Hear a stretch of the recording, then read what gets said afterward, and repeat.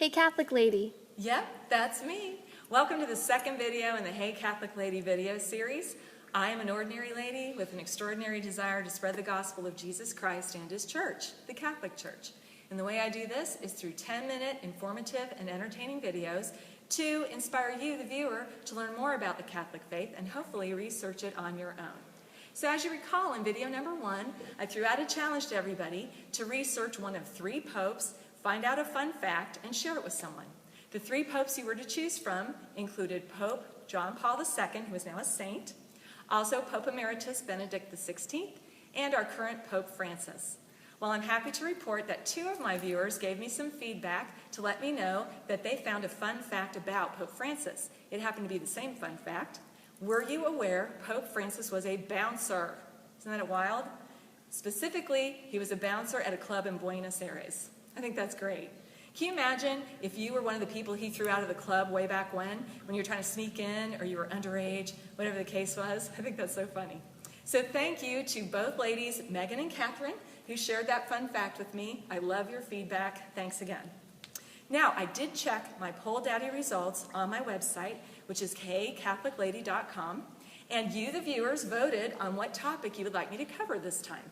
So, drum roll, the winner is the sacraments. That's what we'll cover today. So, what are the sacraments? Well, if you take your Catechism of the Catholic Church, which is one of the tools I told you to buy, and you go to paragraph 1131, it says the following. The sacraments are efficacious signs of grace, instituted by Christ and entrusted to the Church, by which divine life is dispensed to us.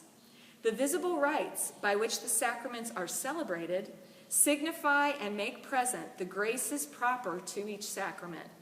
They bear fruit to those who receive them with the required dispositions. Wow, that is a mouthful. What does that mean? Basically, it means that sacraments are visible signs of an invisible reality. There are actually 7 sacraments in the Catholic Church. Each of them dispense grace for a specific reason or purpose. This grace helps each of us get to heaven, helps us on our journey. Also, there are physical realities associated with each sacrament. So what we're going to do today is take a tour of a Catholic church, and I'll show you some of these physical realities that are associated with each sacrament. As far as the word efficacious goes, that's kind of a confusing word. Basically, all it means is having the power to produce a desired result. So, when you have an efficacious sacrament, the desired result is dispensing grace. But you have to be disposed to receive it. Well, what does that mean? To be disposed means you don't have a hindrance or a block to allow that grace to come in. And so let me give you an example. Let's say I want to throw you a ball, and you have a blindfold on, so you aren't disposed to catching that ball. You can't see it coming. Let's say I throw you another ball, you took your blindfold off, and now you can see the ball coming. You can catch it. You are disposed to receiving the ball. Does that make sense? So our soul needs to be disposed to receiving the grace we can get. And that means no sin. We have to remove as much sin as possible. And the sacraments help us with that. All right, there's so much to say about sacraments. I can't possibly exhaust the topic in 10 minutes. So I will refer you again to your Catechism of the Catholic Church. Go to paragraphs 1210 through 1666. And every sacrament will be discussed there, all 7. So that's a great reference. All right, so let's go on our tour. Come this way. When you come into a Catholic church, you will see a case that holds 3 vessels of oil. What is this oil? Well, actually, it's olive oil. Back in biblical times, olive oil was indispensable to people. They used it for cooking.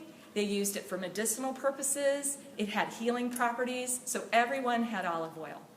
The Catholic Church blesses this olive oil once a year in something called a chrism mass, and they divide it into 3 categories. These oils represent 4 of our 7 sacraments. So I'll explain each of them. One of the oils is the oil of catechumens, which means if you are someone that wants to come into the Catholic Church, you will be anointed with this oil, and a prayer of exorcism will be said over you. The next oil is the oil of the sick, or the infirmed. This is not only an oil to heal, but it is an oil to forgive sins. You may wonder, how can that be? Well, if you take your Catholic Bible and you go to chapter of James, number 5, verses 14 through 15, I'll read it to you. Who among you is sick? He should summon the presbyters of the church, and they should pray over him and anoint him with oil in the name of the Lord. And the prayer of faith will be said over the sick person, and the Lord will raise him up. If he has committed any sins, he will be forgiven. So that's James chapter 5, verses 14 through 15. Our third oil is holy chrism. This is used for baptisms, confirmations, holy orders, which is the institution of the priesthood, and you can also dedicate new churches with this. So as you can see, several of the 7 sacraments are right here in this physical presence of the oils. Now if you go over here, you will notice another physical reality, a baptismal font. This is obviously where the sacrament of baptism is going to take place. And on this side, this is called a reconciliation room, or what we use for confession. So that is another one of our 7 sacraments. If you look behind me, you will notice we have the altar.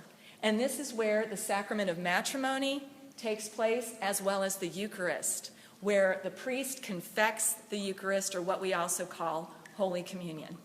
So there you have it. You have our 7 sacraments. Now, if you want to know more about the oils in particular, there's an excellent article by a priest named Father William Saunders in a Catholic Herald Catholic Herald article. And so I will put that on my website in the blog section. So if you want to refer to that, he does a great job. But once again, I recommend you go to your Catechism of the Catholic Church and you research 1210 through 1666, those paragraphs. Now, I want to give you a quick rundown of all the sacraments, because that's important so you know what we're talking about. So I made a little acronym list because I love using acronyms, and it's Mr. Beach. Each of these letters signifies a sacrament in the Catholic Church. So M stands for matrimony, R is for reconciliation, or what we call confession, B is for baptism, E is for Eucharist, or what is known as Holy Communion, A is for anointing of the sick, C is for confirmation, and H is for holy orders, or the institution of the priesthood. So Mr. Beach, that's your acronym. If you can remember that, and you can assign each of the 7 sacraments, you're good to go. Now, I want you for a moment to picture your favorite all-you-can-eat buffet restaurant. Think of all the offerings they have on display, from the rolls to the appetizers to the salads, the side dishes, the veggies, the desserts, the entrees, a total banquet. The 7 sacraments in the Catholic Church are like that banquet. Other denominations may have 1 or 2 sacraments: baptism, matrimony. We in the Catholic Church have all of them, from birth to death. Everything from the anointing of the sick to holy orders to confirmation to communion, or known as Eucharist, the baptism, reconciliation, matrimony, everything. We've got the whole gambit. So why not come to the feast? I'm inviting you, because all are welcome. If you are new to the Catholic faith, if you're a cradle Catholic and don't really know much about your faith, you were born into it but wasn't instructed fully. Or maybe you're a fervent Catholic that loves their faith with their whole heart, or you're somebody totally new to it. You've not heard of it, you don't know much about it. You are invited to the feast. So I hope you'll take that challenge and learn more about the sacraments through the Catholic Church. All right, here is your challenge. I want you to pick one of these sacraments, and I want you to look up a Bible story that relates to it. Now, the Bible story I picked was from Acts. It's chapter 9, verse 17 through 19, and it's the story where Ananias receives the blinded Saul into his home. He prays over him, anoints him, and the scales fall from Saul's eyes, and he can see again. And then Ananias baptizes him. That uses 2 sacraments. We've got baptism and anointing in one Bible story. So what's your favorite? Go to my website and let me know. There are several ways for you to reach me. My website is heycatholiclady.com. I also have my YouTube channel, which is Hey Catholic Lady. You can reach me by Gmail, heycatholiclady@gmail.com. And of course, I have a Twitter account with Hey Catholic Lady. Thank you so much for watching today. I hope you learned a few things. God bless you, and we'll see you next time.